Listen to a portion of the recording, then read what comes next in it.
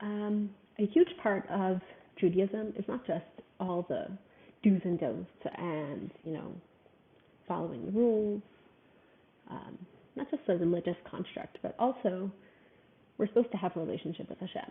Actually, two of the constant mitzvahs that a Jew is supposed to be in a perpetual state of doing is the mitzvahs of loving and fearing Hashem. And these are both, they're not things that you can just do. They're emotional states of being, maybe also mental states of being. So we're not just supposed to be following a list of rules, but we're supposed to be nurturing a relationship with Hashem. And in a sense, our fulfillment of Torah mitzvahs is almost supposed to be an offshoot of this relationship that exists. And I think it's something that a lot of people struggle with. I know I do personally, and I think if you ask people, and it's a question that has been also asked, by Jewish philosophers over time and Jewish thinkers, is how am I supposed to nurture this relationship with Hashem? How am I supposed to experience a love for God that I can't see? And I can't experience on a physical level, right? I can't experience tangibly. It's much easier for us to develop emotions towards something that we do experience physically and tangibly. So how do I actually love God? How am I supposed to love and fear God? Or maybe we can turn the question around a little bit. How can I experience God so then I can love and fear Him? And that is really the pursuit of the book of Tanya, is really exploring how is it that it is actually really accessible to us and close to us to have a relationship with Hashem. And in the beginning of Tanya, the Alter Rebbe goes through a lengthy discussion of how through our minds we can begin to experience Hashem, learn about Hashem, and then in our minds, because we've learned about Hashem as a result of that meditation and knowledge, as an offshoot of that, I'm going to experience a love for Hashem because I get to know Him and I get to experience everything that He does for me and I recognize Him in all of creation. Then that will give birth to a love. So that's a love that will be created in my mind. And that's really the first few chapters of Tanya, not few, but the beginning of Tanya until around Perek Yud Zayin. The Alter Rebbe is discussing this method, this path toward a love for Hashem, this path of meditation and of getting my mind to control my heart, utilizing the fact that my mind controls my heart, utilizing the fact that my mind then can give birth to emotions, learning about God, experiencing God through my mind, and then, therefore, giving birth to a love for Hashem. But it's not always so easy to do that. In fact, it is never easy to do that. It's never easy to meditate to the extent where I can really form a picture of Hashem in my mind and experience that experience of godliness and therefore give birth to this love. It's not just such a simple path. And the Alter Rebbe also offers an alternate path to experiencing love for Hashem. And this alternative path is actually not creating love, but uncovering the fact that every Jew has a natural love for Hashem. That at the core of my being, that I have this intuitive love for Hashem. And so instead of needing to create it, all I need to do is uncover it. And uncovering is easier than creating. Uncovering something that's already there is a lot more simple than creating something entirely new from scratch, right? So what we're going to discuss a little bit today and explore today is we'll be going through a little section of Tanya from Perek Yud Ches through Chaf Hey. It's quite a lot actually, but we will not be going through it all in depth. Do some sections inside, and some of it we'll just discuss the ideas of a number of the Prekim just more briefly in order to get to the conclusion of how do we access this already innate love.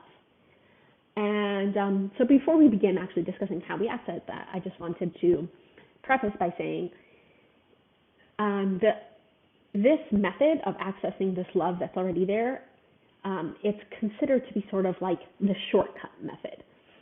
It's something you can't, that every Jew has access to and can experience, but it's not necessarily the path that you would use for constant maintenance. It's something you would use in certain moments to try, in certain cases when I cannot go about creating this love. I don't have the headspace, I don't have the mental capacity, I don't have the emotional bandwidth. I just don't have the space to go about through this long meditative process of creating a love for Hashem. Then I can tap into this love that's already there. But in general, when I'm maintaining a relationship, that's supposed to be more about, getting to know God more, thinking, experiencing, really working on the relationship instead of just uncovering what's already there.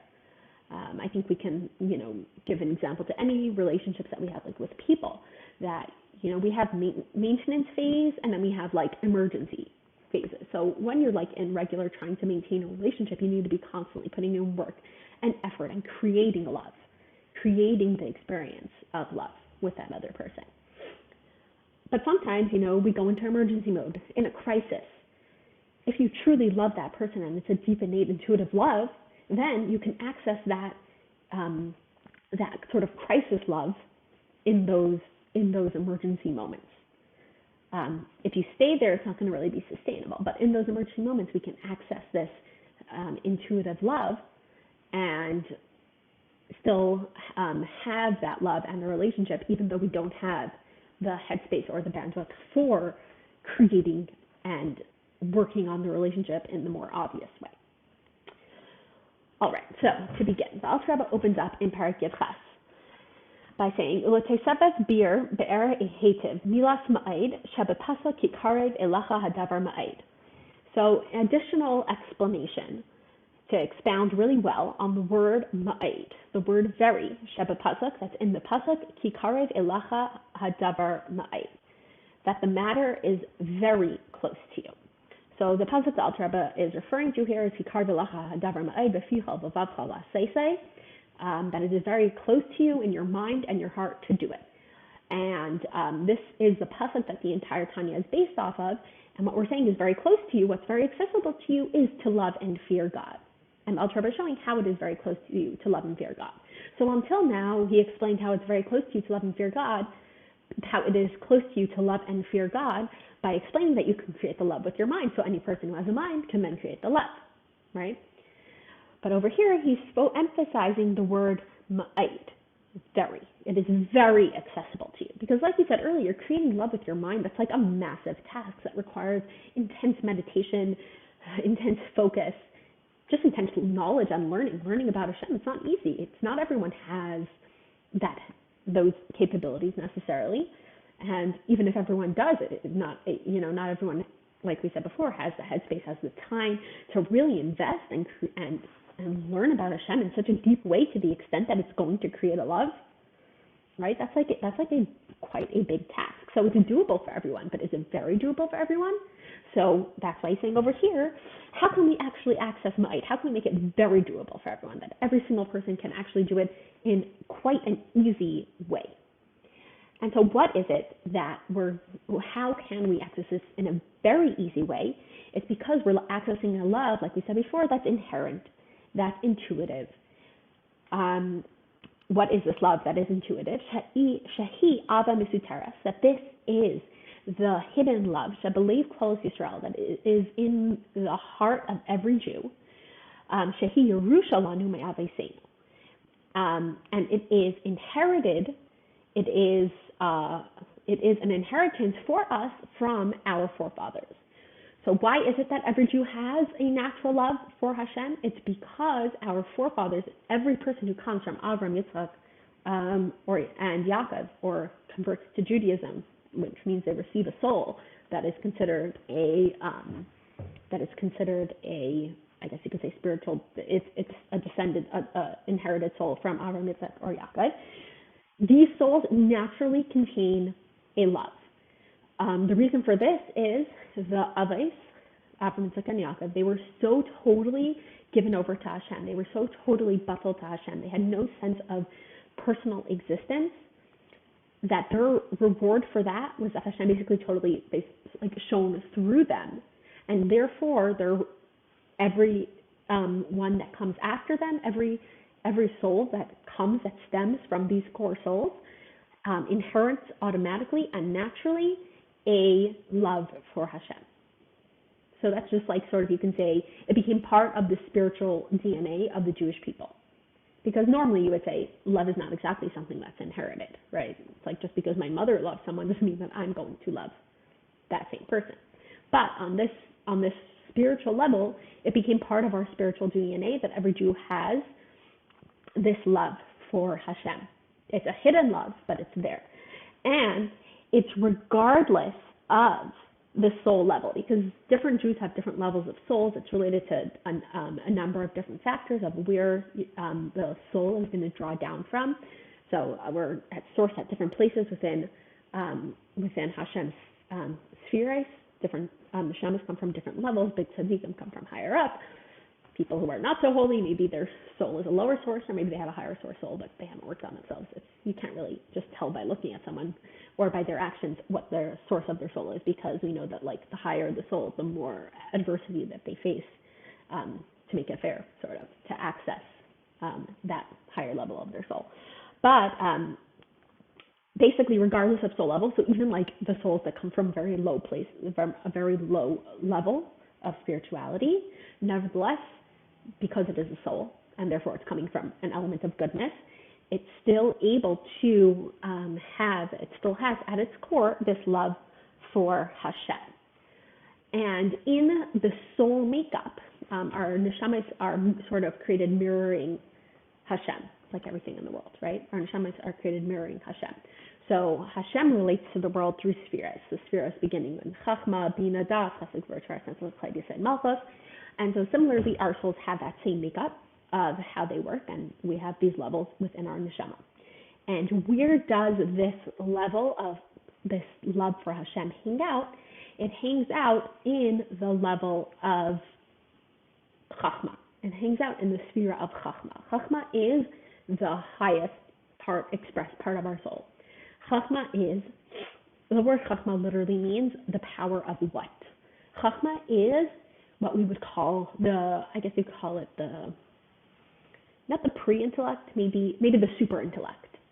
That Chachma is an idea, just when you know that the idea is there, before you begin even knowing what the idea is, before you can even define it, before you can break it down at all, just the fact that I have that idea, I have that spark, I have that inspiration, that's what Chachma is. Chachma is knowledge in its purest form, before it becomes tainted by our personal understandings and experiences. Because when we're understanding anything, we automatically apply our biases and our preconceived notions and all the other things that we've ever heard before to the idea, and we process the idea through that lens of everything else that we know.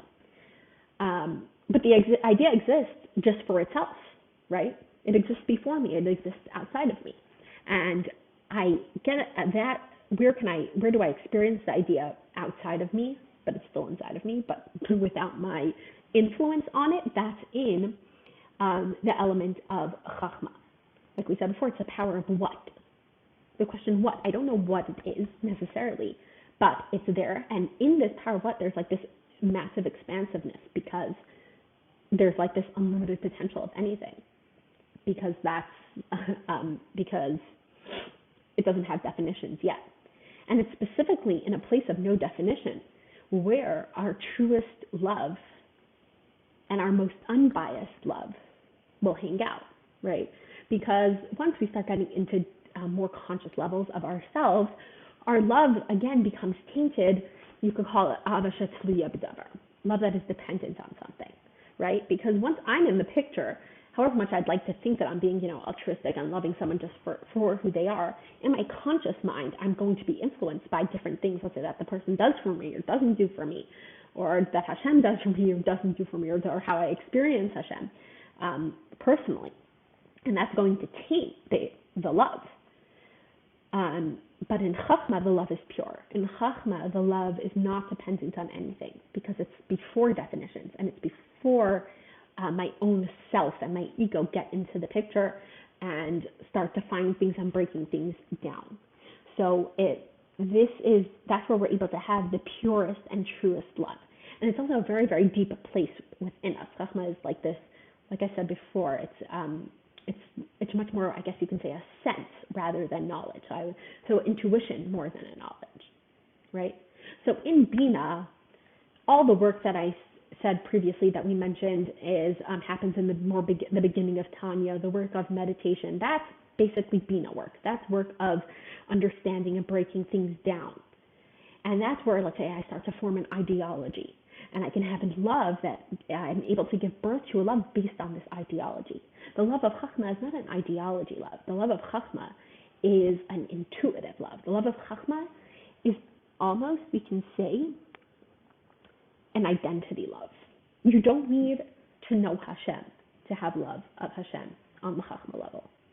You don't need to learn about the deepest aspects of the highest spheres and have deep Kabbalistic understanding of God. That's Bina love. That's ideology love. That's ideal love. That's love that comes from my mind. The Chachma love is this intuitive love, and it's part of who I am. It's at my core of my being. And that's why the Alter Rebbe goes on to say at the end of the parak, "V'lachin afilu kal shebekalim," and that's why, and therefore even the lowest of the low, Upaishe Yisrael, we'll call him light, but it means, I guess you could say someone who's like not really, doesn't really take Judaism so seriously, Upaishe Yisrael, and is a big sinner. Maisram nafsham al kedushas Hashem, will give up their lives for the sake of preserving Hashem's holiness. And the phenomenon that Alter Rebbe is pointing out over here is that there are so many cases of Jewish people who were not necessarily extremely learned, were not necessarily seriously religious, were not perfect Jews, messed up in so many areas of their lives, may have been even outright explicit sinners. But when it came time to convert or die scenario, or bow down to this idol or die scenario, there are many, many, many Jews who, even though, like we said before, it wasn't the big Jewish philosophers, it was the simple people. It was people, like I said, who maybe sinned, who were not in a perfect state at all, but they were willing to give up their lives. Sometimes even people who are not religious at all, but when it came time to convert, become a Christian, or die, they were like, we can't convert. Why is it that a Jew who is, let's say, outwardly not living a Jewish life at all is willing to do this? It's because it comes down to this identity. At my core of who I am one with God. At my core of who I am, I love God so intensely, not because of something He does for me, not because I understand Him, not because I've spent my life pursuing knowledge of God or even trying to live a godly life, but just because me and God are one. We're not really separate. We're not really able to be separated from each other. And when it comes down to the question of identity, I can't separate myself from God. I can't. It's an identity because I have this identity love. Every single Jew has this identity love. Every single Jew has inherited this identity love. And in Parak Yates, Alter Rebbe explores a little bit what does it mean, this identity love, this core love that we have. How does this core love sort of behave? What are the features of this core love? And so he explains. And to explain further, Sarach levar hetiv masha kazav ner Hashem nishmas adam. We need to further explain that which it writes, this that the soul of man is like a flame. Teresh Yisrael Hakriyim Adam. What does this mean? That the soul is like a flame. That the Jewish people who are called Adam, Nishmasam, their souls, Hulamashal Ka'ar Haner Shemismanea Tamid Lamaila, is like a parable for a flame, for the flame of a candle that is constantly flickering upwards. Mitivai, naturally, that's its natural state, is to constantly be like flickering upwards. Because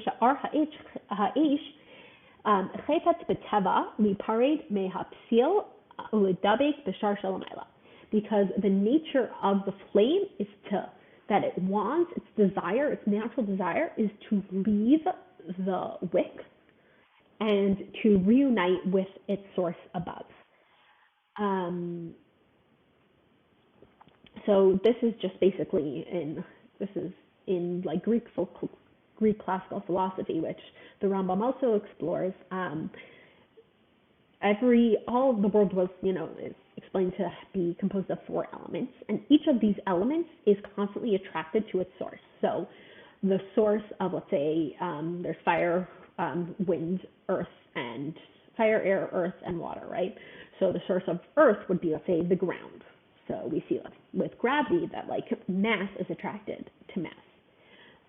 And the source of fire, the Greek philosophers believed, was just outside of the moon's orbit, up above, and that's why a fire is constantly flickering upwards. It wants to be reunited with its source above. And if you think about this example a little bit, when it comes to Earth, when it comes to, let's say, any physical mass that is constantly attracted downwards, like gravity.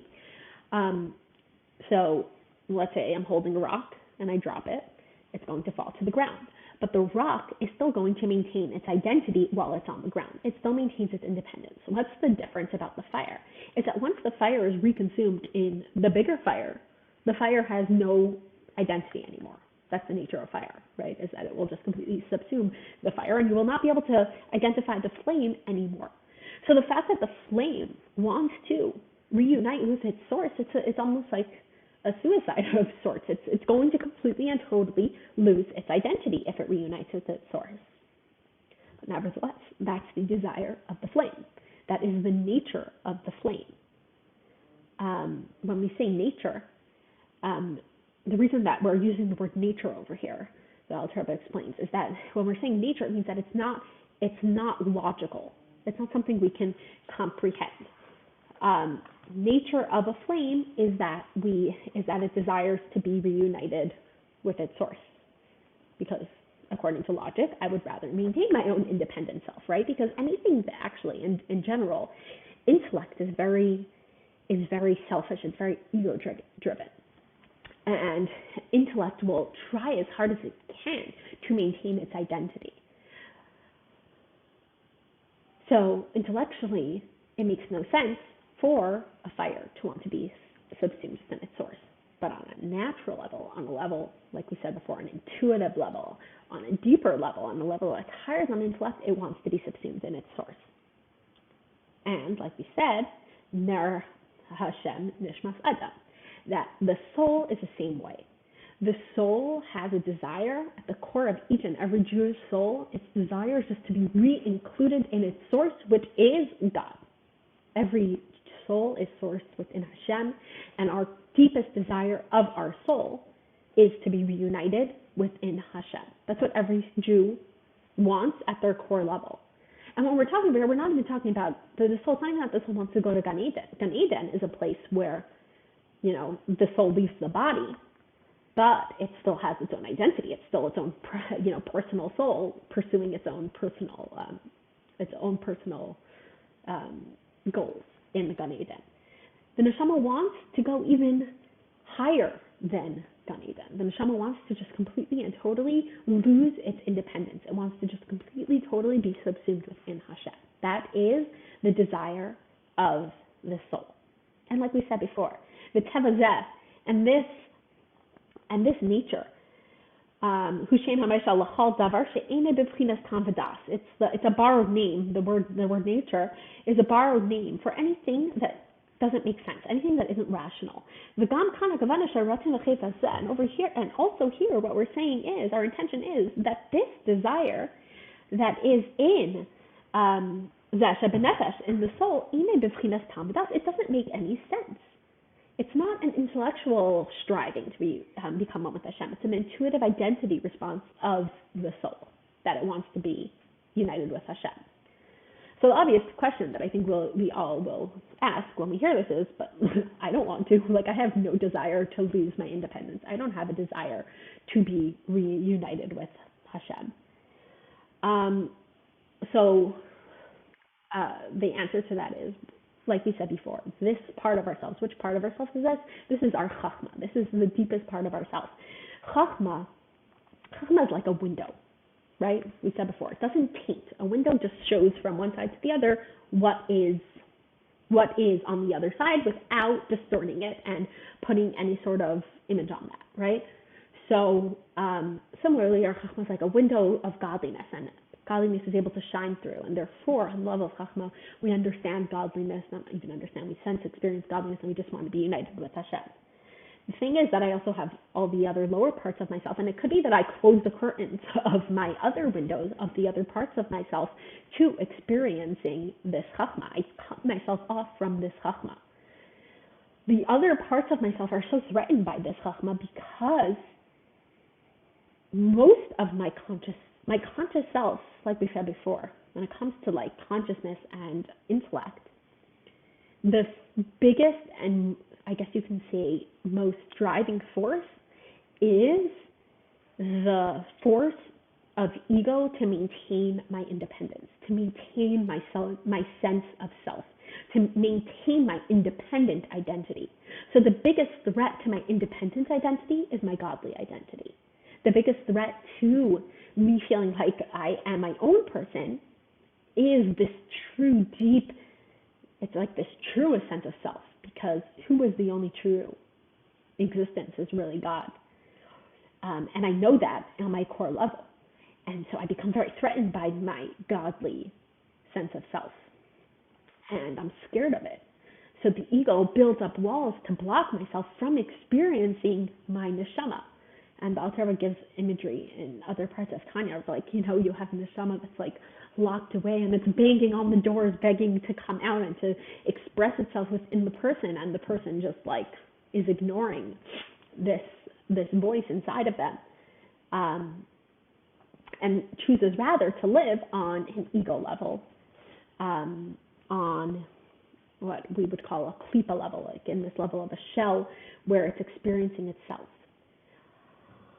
But when our identity is questioned, and this is why, like we said at the end of the last paragraph, Parak Yud Ches, when it comes to a question of identity, then the identity wakes up and is able to have influence over the rest of my my whole self. So when it comes to the small little things like, oh, should I don't know, can't think of an example now. Should I be, pursuing something holy and godly right now? Should I be learning something now? Or should I be, watching a movie? So that doesn't question my identity. That doesn't touch my core. I'm like, oh, what's the big deal? So I'm watching this movie instead of spending my time in a productive way. So I'm going to make this choice now. And it's easy for me to make this choice because it's not like, it doesn't rub deep. But when it comes to something that does rub deep, and I think we all have our own things that do trigger our identities. And the example, though, that's given of Mesiras Nefesh, of needing to it consciously cut myself away from God in a scenario where I feel that I am cutting myself off from God, that's when then this godly identity is triggered and is over to overwhelm my klipa self, over to overwhelm my ego self, and overpowers it, and I become aware of this godly identity, and then the flame flickers up and wants to just be reunited with its source and says, no, don't cut me away from my source. That's the worst thing for me, is to be cut away from my source, and I'd rather die of physical death and not experience my physical body anymore to maintain this deepest truth that I know is myself, to maintain this truer part of myself, which is my godly self. And this is what happens in a scenario of Mesiras Nefesh. But the thing is, what's interesting is, and this the Alter Rebbe goes on to explain quite at length in Prakim Chaf through Chaf Dalet, and we're just going to touch on it briefly because of time. Even though, when do we think that we're cutting ourselves off from God? In a scenario where it's obvious, right? Where I need to convert and, let's say, choose a different religion or bow down to an idol. Then it's obvious that I'm cutting myself off from God. But the Alter Rebbe explains that really every moment in our lives is an opportunity to either connect with Hashem or disconnect from Hashem. What do we mean by this? In the second book of Tanya, in Sharichot Ve'emunah, and all over Hasidus, the idea of Achdus Hashem, the oneness of Hashem, is discussed, and you can't say it in short. It's too complex and deep. But in short, the idea of Achdus Hashem is not just that Hashem is one. It's not that there is only one God, but rather that God is the only thing that exists. That in reality, all of existence and all of creation actually exists within God. The example that the Alter Rebbe gives in these prakim over here is that we are Hashem's speech before He's actually spoken. Before He's actually spoken it. So the world is Hashem's speech while it's still within His brain. So can you differentiate the words, my pre-expressed words from me? Would you, looking at me, be able to know what my pre-expressed words are? Would you be able to differentiate them from my whole self? You would not, right? My words before I've spoken them are completely and totally united with me. So similarly, all of existence, it's not that we don't exist, but we're completely and totally united with God, and we don't have an independent existence outside of God. So again, the whole world exists. We're not saying the world doesn't exist, but our existence is utterly within God and utterly united with God. And when you understand that, you can understand that everything that I do and every choice that I make and every way that I interact with the world, I'm either making a choice to reveal the godliness of this moment, reveal the godliness of this object, or to hide the godliness of this moment and hide the godliness of this object. And how do we know whether we're revealing God or hiding God? That's where all of Torah and mitzvahs come in, right? Hashem tells us, Hashem gives us a guidebook of how we're supposed to be interacting with the world, how we're supposed to be experiencing the world and time and all these other created constructs. How are we supposed to be interacting with them and utilizing them? And that guidebook is the Torah. Do this and don't do these things. So essentially, and this is what the Alter Rebbe says over here, is that really all of the 613 commandments are offshoots of the first two of the Aseret Sedibros. The first two of the Aseret Sedibros are actually the ones Hashem spoke Himself. And the Jewish people passed out, right? They couldn't handle it, hearing Hashem's voice. So in the end, Moshe Rabbeinu said the last 8. But why is it that Hashem only had to say the first 2? Is because really the first 2 contain all the rest. The first one is Anecha Hashem L'kecha, I am Hashem, your Hashem. And the second one is Lo yeh lecha elokim acherim, don't have other gods. And all the other mitzvahs are either expressing Hashem, I am Hashem, your Hashem, right? By doing something, when I do something Hashem tells me to do, then I am expressing Hashem. Or concealing Hashem. Lo yeh lecha elokim acherim, don't do something. So if you do it, that means that you're choosing the other God. You're choosing to move out of God's unity. You're choosing not to acknowledge God's unity. You're choosing to say, nah, this is not godly. I can do my own thing, right? So essentially in everything that we do, we're either choosing to connect or disconnect. Everything that we do is a question of idolatry. Not literal idolatry, but if you get to the core of this idea of what I'm saying, when I'm making this choice, is that I'm either choosing God, I'm either revealing God, I'm either part of the oneness, or I'm negating the oneness, and I'm part of and I'm, so to speak, serving idols. So when I look at it this way, then I can recognize that really every single moment is a question of identity. It's not just in the Mesiras Nefesh moment of do this or don't do, of convert or die, that my identity and that I'm actually cutting myself off from God. Anytime I'm choosing not to see God in this moment, I am cutting myself off from Hashem. Which is, it's pretty intense. The only thing is that, again, the Alter Rebbe refers to it as the Ruach Shtos. The spirit of folly convinces us, this is just a small thing. You're not actually damaging your relationship by doing this. Does God really care if I daven now? Does God really care what I eat? Does God really care what I say? He doesn't really care. This is not really part of what it's all about, right? That's what the Ruach Shtos tells me. When in fact it really is this. It's just as core as some of the bigger things, right? So in Parak Chaf Hey, the Alter Rebbe continues, the Gaimer. And this is what it says, that at any moment, in any hour, it's in the hands of a man, in his capabilities, to remove this ruach shtus, to remove the spirit of folly that tells us that this is not disconnecting me from God, and to exile it from within him.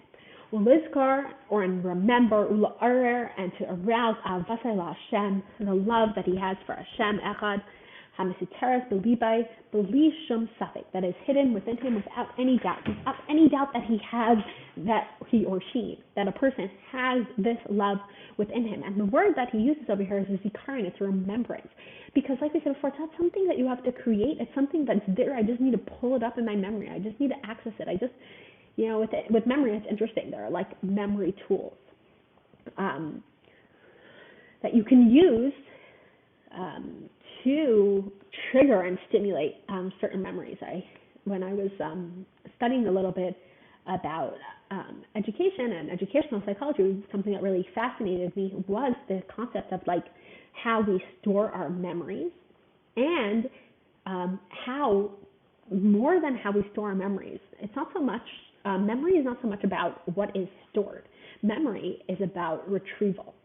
How do I retrieve the memories is more important than how I store it and where I store it. Because, there are endless memories within my mind. And the ones that I don't use, they're not necessary for me right now, right? And they may not be necessary for me ever. So the key is really learning how to trigger my memory, right? And there are so many different tricks that are important, let's say, if you're for students or even just people to know of what I can do to access my memories and make it easier for myself to access my memories, right? Code words and different things that will then trigger those memories. So similarly, over here we have this love that's within us. It's just a matter of like knowing how to access it, knowing which button to push to allow it to express itself. And that's really what we mean when we say like you're remembering the purest nefesh.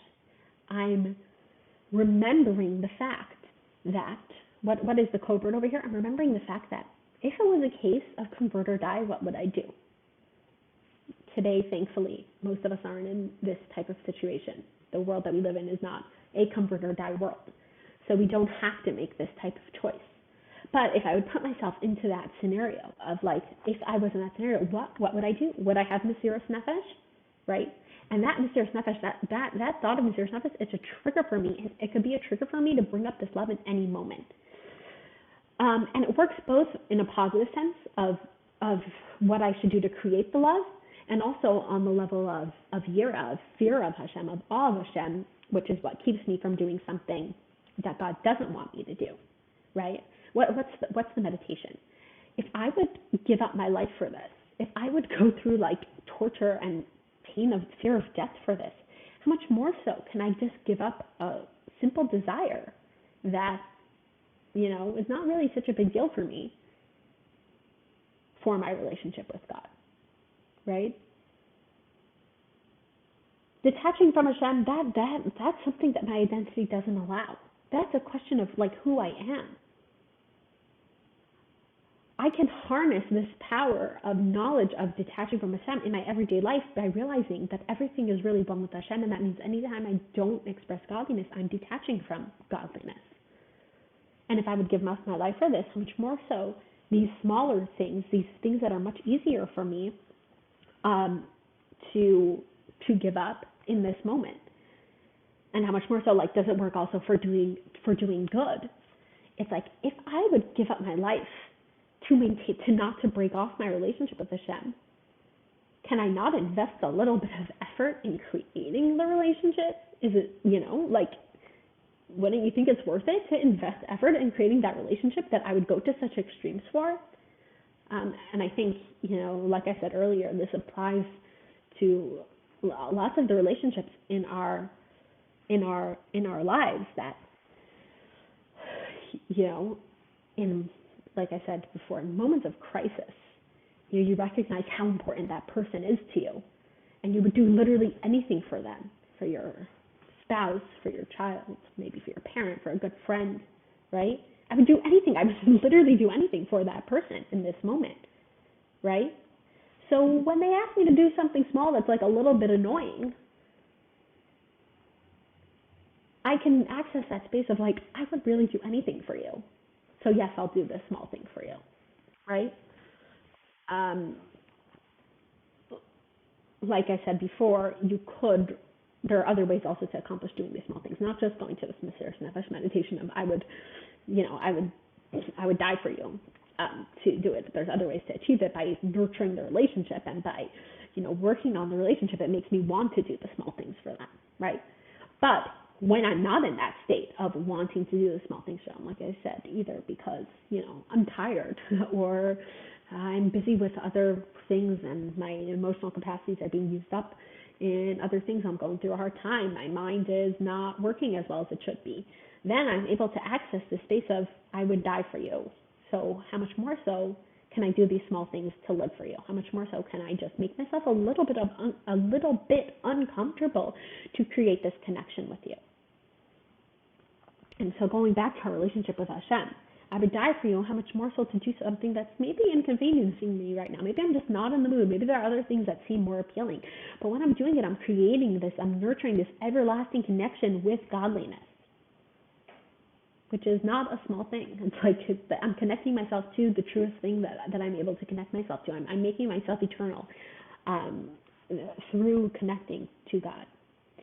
And so the Alter Rebbe concludes paragraph A with Zeh Yuvan, and through this we can understand Lama Tziva Moshe Rabbeinu, why Moshe Rabbeinu commanded by Mishnah Torah in Mishnah Torah, which is Devarim,